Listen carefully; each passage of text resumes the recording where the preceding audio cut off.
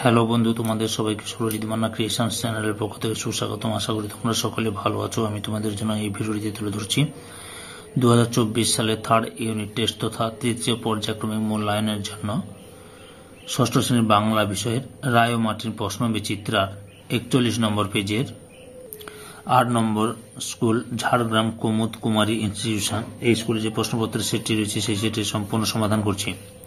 তার আগে তোমাদের কাছে অনুরোধ, তোমরা ভিডিওটি না টেনে পুরোটা দেখো। ভিডিওটি কেমন লাগলো কমেন্ট করে জানিও, ভিডিওটিতে লাইক দাও এবং শেয়ার করো। আলোচনা শুরু করছি। একের দাগে সঠিক উত্তরটি নির্বাচন করো। 1.1 দাগে শিবরাম চক্রবর্তীর পোশাকের নাম হলো অপশন ক্ষয় চঞ্চল। 1.2 দাগে মা বাবা তার বেঁচেছেন এই বন নেই যেখানে অপশন ক্ষয় ছাগল হরিণ ভেড়া। 1.3 দাগে আর্যগাথা কাব্যগ্রন্থটি কার লেখা? অপশন গয় দ্বিজেন্দ্রলাল রায়ের। 1.4 দাগে অর্ণবপোত শব্দের অর্থ কি? অপশন কয় সমুদ্রগামী জাহাজ। 1.5 দাগে যতীন দাসের জন্ম হয়েছিল অপশন ক্ষয় 1904 সালের 27 অক্টোবর। 1.6 দাগে নয়ন শব্দের অর্থ হল অপশন ক্ষয় চোখ। 1.7 দাগে হরিপদ ডাকে সুধীরবাবু অবাক হন, বাক্যটি কি বাক্য? অপশন কয় সরল বাক্য। 1.8 দাগে বাড়ি ফেরার নাম করে না হোক না যত্ন, অপশন গয় আধার। 1.9 দাগে কিশোর মন লাগে না কিসে? অপশন ক্ষয় খেলায়। 1.10 দাগে সিসিএইচ প্রথম ব্যাট করে কত রানে সব আউট হয়ে যায়? অপশন ক্ষয় 14 রানে। 2 দাগে পূর্ণ বাক্যে উত্তর দাও। 2.1 সুন্দরবনের বাঘ কি নামে পরিচিত? Royal Bengal tiger. 2.2 দাগে পাখিরালয়ের বাসায় কি পাওয়া যেত না? ছাগল হরিণ ভেড়া। 2.3 দাগে যতীন দাসের পিতার নাম কি ছিল? বঙ্কিম বিহারী দাস। 2.4 দাগে কবি কাদের ভাই বোনের সাথে তুলনা করছেন? দুঃখ সুখের সঙ্গে তুলনা করছেন। 2.5 দাগে সুধীরবাবু মন দিয়ে শোনেন বাক্যটি থেকে উদ্দেশ্য ও বিধেয় আলাদা করে দেখাও। উদ্দেশ্য হচ্ছে সুধীরবাবু, মন দিয়ে শোনেন হচ্ছে বিধেয়। 2.6 দাগে ধরনের শব্দটির প্রতিশব্দ লেখ পৃথিবী। 2.7 দাগে সুধা শব্দটির অর্থ কি? অমৃত। 2.8 দাগে লীলাময় রায় ছদ্মনামটি কার? অন্নদাশঙ্কর রায়। 2.9 দাগে পদান্তর কর অপমানিত, অপমান অপমানিত অপমান। 2.10 দাগে শব্দটি থেকে উপসর্গ পৃথক করো। অনাবৃষ্টি, অনা হচ্ছে উপসর্গ। 3 দাগে অতি সংক্ষেপে উত্তর দাও যে কোনো 5টি। 3.1 বাঘ ছানাকে বাবা কিভাবে কাঁকড়ার হাত থেকে রক্ষা করলো? ছোট বাঘের কান্না শুনে তার বাবা নদীর পাড়ে ছুটে যায়, তারপর গোবদা নখের থাবড়ায় কাঁকড়া দানা কেটে ফেলে এবং এইভাবেই বাঘছানাকে কাঁকড়ার হাত থেকে তার বাবা রক্ষা করেছিল। 3.2 দাগে মায়ের বেশ মলিন এবং কেশ রুক্ষ কেন? মা হলেন দেশ জননী, ইংরেজ শাসনে দেশ পরাধীন, দেশের বুকে চলছে বিদেশি শাসকের শোষণ নীতি, লাঞ্ছিতা দেশমাতা, তাই আজ মায়ের মলিন বেশ এবং রুক্ষ কেশ। 3.3 দাগে 14 জুন 1929 যতীন দাসকে কেন গ্রেপ্তার করা হয়? 1929 খ্রিস্টাব্দে 8 এপ্রিল কেন্দ্রীয় আইনসভায় বিপ্লবী ভগৎ সিং ও বটুকেশ্বর দত্ত বোমা বিস্ফোরণ ঘটান। এই ঘটনার পিছনে সারা ভারতব্যাপী এক বিশাল পরিকল্পনা আছে সন্দেহ করে গোয়েন্দা প্রধান তদন্ত করে 30টি নামের তালিকা তৈরি করে, যার মধ্যে অন্যতম ছিলেন যতীন দাস। তাই দেরি না করে লাহোর ষড়যন্ত্র মামলার অন্যতম অভিযুক্ত আসামি হিসেবে 14 জুন 1929 খ্রিস্টাব্দে কলকাতার রাজপথ থেকে যতীন দাসকে গ্রেপ্তার করা হয়েছিল। 3.4 যেতে যেতে নদীর তীরে কবির চোখে কোন দৃশ্য ধরা পড়েছে? যেতে যেতে নদীর তীরে কবির চোখে শ্যামল ধরনের ছায়াময় গ্রামগুলির দৃশ্য ধরা পড়েছে। গ্রামগুলি দেখেই বা কবির কি মনে হয়েছে? গ্রামগুলি দেখে কবির মনে হয়েছে সেগুলি ঘিরে কত প্রেম আছে।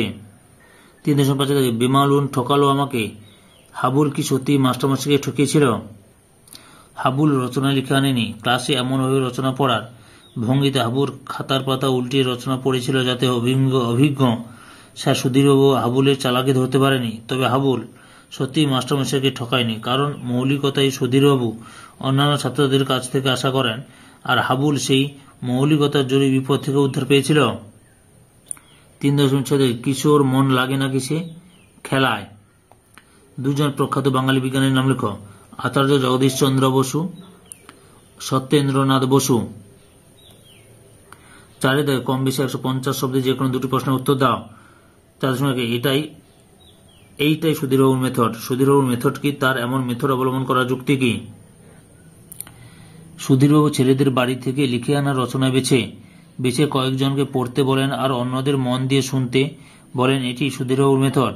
তিনি মনে করতেন অন্যদের লেখা শুনলে নিজের লেখার মান সম্পর্কে একটা ধারণা হবে, তাতে লেখা সমৃদ্ধ হবে। তিনি সবার লেখাই বাড়ি নিয়ে গিয়ে সংশোধন করে দেবেন, কিন্তু তাতে তো একজন অন্যজনের লেখাটা পড়তে বা জানতে পারবে না, তাই তিনি উক্ত মেথড অবলম্বন করেন। 4.2 দাগে বৃদ্ধ এখন শুধায় লোকে, কে এখন বৃদ্ধ? লোকে তাকে কি জিজ্ঞেস করে, তাদের প্রশ্নের উত্তরে তিনি কি বলেন? কবি ও ছোটকার অন্নদাশঙ্কর রায়ের কিশোর বিজ্ঞানী কবিতার কিশোরটি এখন বৃদ্ধ, তার নাম আইজাক নিউটন। লোকে তাকে তার বাণী অর্থাৎ সারা জীবনের অভিজ্ঞতা উপলব্ধির কথা জিজ্ঞাসা করে। লোকের প্রশ্নের উত্তরে সেই দিনের কিশোর পরিণত বয়সে যিনি জ্ঞান সাধনায় নিজেকে ডুবিয়ে দিয়েছিলেন, তিনি বলেন, জ্ঞান সমুদ্র পারহীন অপার কিন্তু রত্নপুরী। তিনি সেই জ্ঞানের সমুদ্র বেলায় কয়েক মুঠি নুড়ি কুড়িয়ে পেয়েছেন মাত্র। 4.3 দাগে কবির কল্পনার নৌকা যাত্রায় কি কি দৃশ্য তিনি দেখেছেন? কবি কল্পনার নৌকা যাত্রা বের হয়ে নদী তীরের নানান ছবি প্রত্যক্ষ করেছেন। কবি প্রাণভরে পর্যবেক্ষণ করেন শ্যামল ধরনের লাবণ্যময়ী মূর্তিকে। কবি দেখেছেন গ্রামীণ জীবনের দুঃখ সুখ ভাই বোনের মতো যেন তার দিকে করুণ দৃষ্টিতে তাকিয়ে আছে।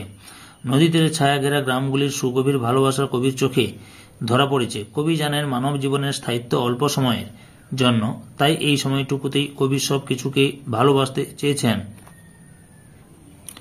5 দাগে একটি বনভোজনের দিন তুমি কিভাবে কাটিয়েছো সেই বিষয়ে দিনলিপি লেখো। এটা 289 নম্বর পেজের আছে, রায় মার্টিন সহায়িকা বইতে, দেখে নাও। তারপরে 6 দাগে পত্র রচনা করো, শিক্ষামূলক ভ্রমণে ঐতিহাসিক স্থান পরিদর্শন অভিজ্ঞতা যারা বন্ধুকে একটি চিঠি লেখো। এটা 274 নম্বর পেজে রয়েছে। অথবা বিদ্যালয়ে এক সপ্তাহ শারীরিক অসুস্থতার জন্য উপস্থিত থাকতে না পারার কারণ জানিয়ে প্রধান শিক্ষক মহাশয়ের কাছে একটি পত্র রচনা করো। এটা 39 নম্বর পেজে রয়েছে। 7 দাগে নিচের অনুচ্ছেদটি পড়ে প্রশ্ন অনুসারে উত্তর দাও। তোমরা অনুচ্ছেদটি পড়ে নাও। এতক্ষণে আশা করি পড়া হয়েছে তোমাদের। 7.1 নিম্নলিখিত কোন বিকল্পটি ঠিক চিহ্নিত করো। 7.1 সরীসৃপ থেকে বিবর্তনের ফলে উদ্ভব হয়েছে। অপশন ক্ষয়ে খেচর গোষ্ঠীর। 2.2 দাগে যাযাবর পাখিদের গোষ্ঠীর সংখ্যা। অপশন ক্ষয়ে 300। 7.2 দাগে নিম্নলিখিত শব্দগুলি প্রতিশব্দ অনুচ্ছেদ থেকে খুঁজে নিয়ে লেখ। 7.2 বিহঙ্গ পাখি। 7.2 বর্ণ রং।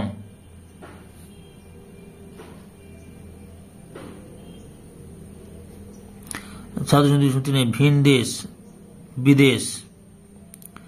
7.4 চেহারা আকৃতি। 7.5 অপূর্ব অভিনব।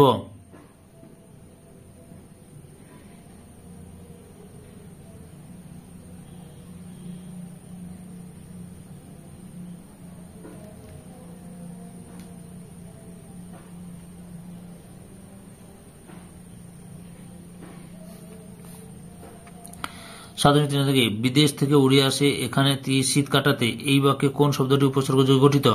বিদেশ। 7.4 থেকে তাদের মধ্যে 300 রকম পাখি যাযাবর, 300 3 হল যৌগিক শব্দের উদাহরণ, এই বাক্যটি ঠিক না ভুল? 7.5 থেকে নিচের প্রশ্নগুলি একটি বাক্যে উত্তর লেখ। 7.5 প্রফেসর নবগোপাল ঘোষ কি ছিলেন? না প্রাণী বিজ্ঞানী।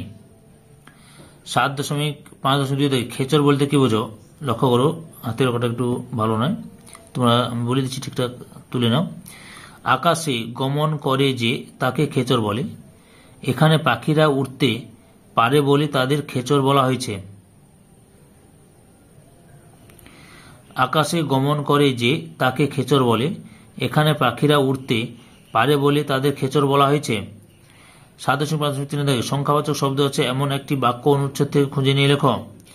তাদের প্রায় 1200 গোষ্ঠীতে ভাগ করা যায়। তাদের প্রায় 1200 গোষ্ঠীতে ভাগ করা যায়, এখানে 1200 হচ্ছে সংখ্যাবাচক শব্দ। 7.4 থেকে কারা বিদেশ থেকে কেন উড়ে আসে? যাযাবর পাখিরা বিদেশ থেকে উড়ে আসে। কেন উড়ে আসে?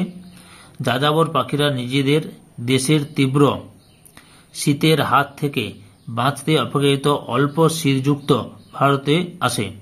আরেকবার বলছি, কারা বিদেশ থেকে আসে? যাযাবর পাখিরা। কেন উড়ে আসে? যাযাবর পাখিরা নিজেদের দেশের তীব্র শীতের হাত থেকে বাঁচতে অপেক্ষাকৃত অল্প শীতযুক্ত অর্থাৎ ভারতে আসে। 7.5.5 দাগে আমাদের দেশে কয়টি পক্ষী পরিবার আছে? 75টি পক্ষী পরিবার আছে। সম্পূর্ণ ভিডিওটি দেখে আমার চ্যানেলের পাশে থাকার জন্য তোমাদের সবাইকে অসংখ্য অসংখ্য ধন্যবাদ।